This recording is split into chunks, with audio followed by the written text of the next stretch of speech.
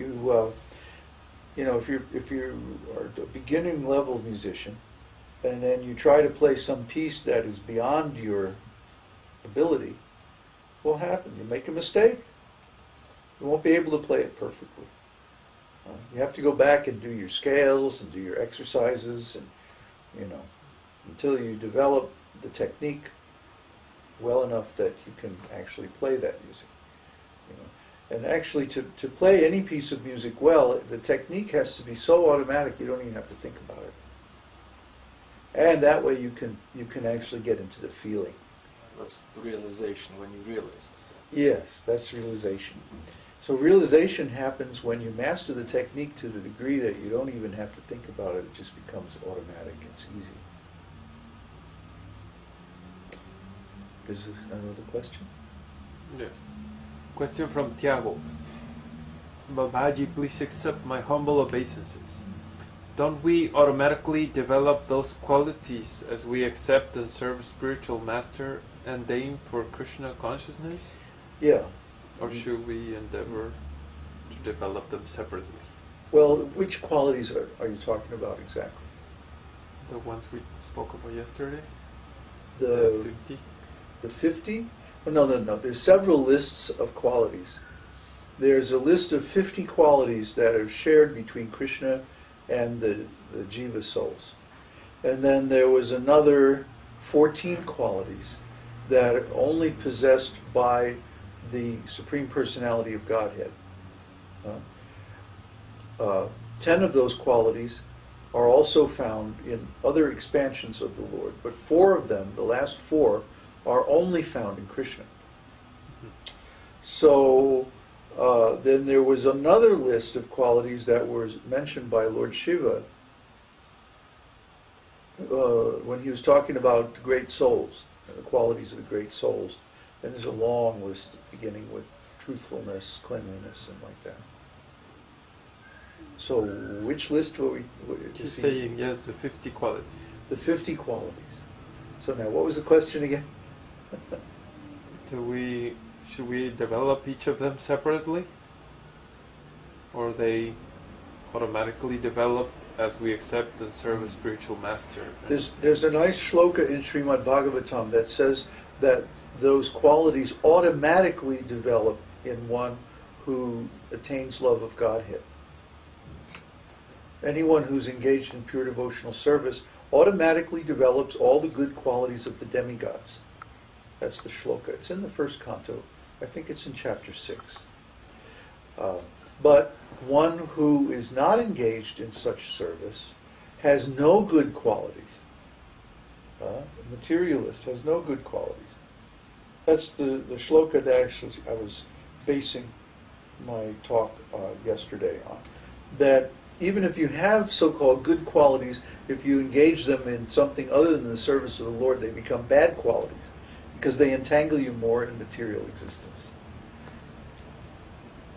So the devotees of the Lord automatically develop all these good qualities just by the association of the Lord and the great devotees like that. But sometimes the spiritual master will single out a particular quality, especially that you need to work on, because it may be causing you some spiritual difficulties, or it may be a source of offenses or something like that.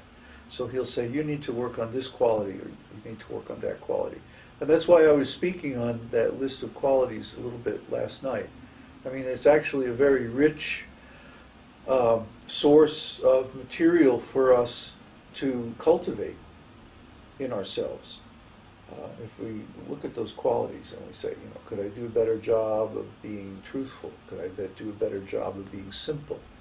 Could I do a better job of cleanliness or knowledge or transcendental service attitude, or any of those qualities that are mentioned are good subjects for working. That's really good.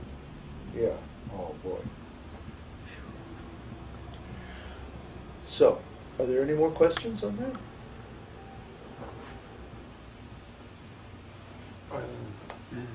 A nonsense question? No, it's a confused question. Mother Christina she's asking, this may be a very neophyte question, but I will ask anyway. What relationship did Prabhupada have with Kṛṣṇa? And then boy. David Lugan replied to that. Babaji's previously said that this is the lineage of conjugal love. And then Christina said, but I also heard Babaji say that the devotees have to figure out for themselves what relationship will be with Kṛṣṇa. And then she said, I'm probably misunderstanding something. And it's kind of...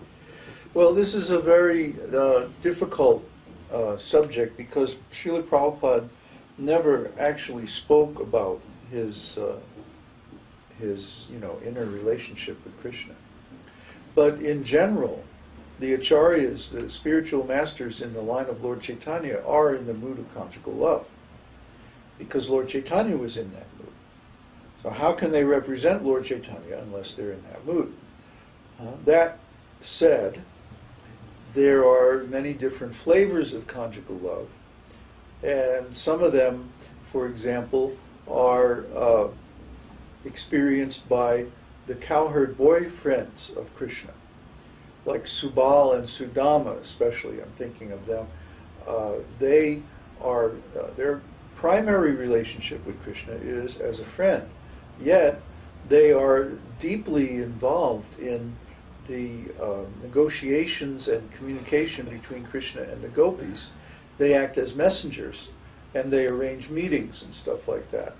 And so they're very much involved in this confidential affairs between Kṛṣṇa and the gopis. So even though their shtai bhava is friendship, still they have a strong tinge of conjugal love. And we see that actually, we will see later on in our study of rasa tattva that these two rasas are compatible. Friendship and conjugal love can coexist within the same pastime, and it's not inharmonious. The reason is that in certain ways we saw Śrīla Prabhupada very much act like a cowherd boy. Especially his mood of chivalry in preaching was very strong. He was almost like Bhishma or some great general, some great fighter. The way he liked the challenge of defeating opposing points of view.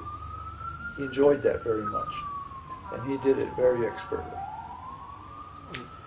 Yeah. So at the same time, though, because he's Acharya in Lord Chaitanya's lineage, he must have had great knowledge of conjugal love pastimes. And his pranam mantra is Śrīmate Bhakti Vedānta-Swami.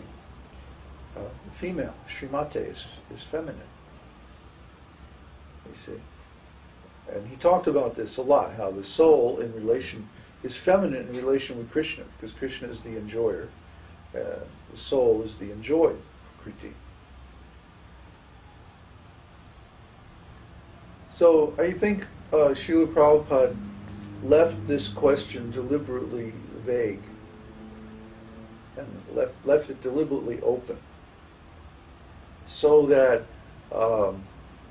we would not try to imitate, Śrīla Prabhupada is in conjugal love, so then we have to be in conjugal love. See? But rather he was leaving it open so that the other devotees, his disciples, would have to discover for themselves their own relationship with Kṛṣṇa. And this is proper. This is very good. I'm a little more open about my relationship. I have to be because it's so unusual. But in the same way, we encourage the devotees to look deep into themselves and find that special part of themselves that is in relation with Kṛṣṇa, and what those qualities are.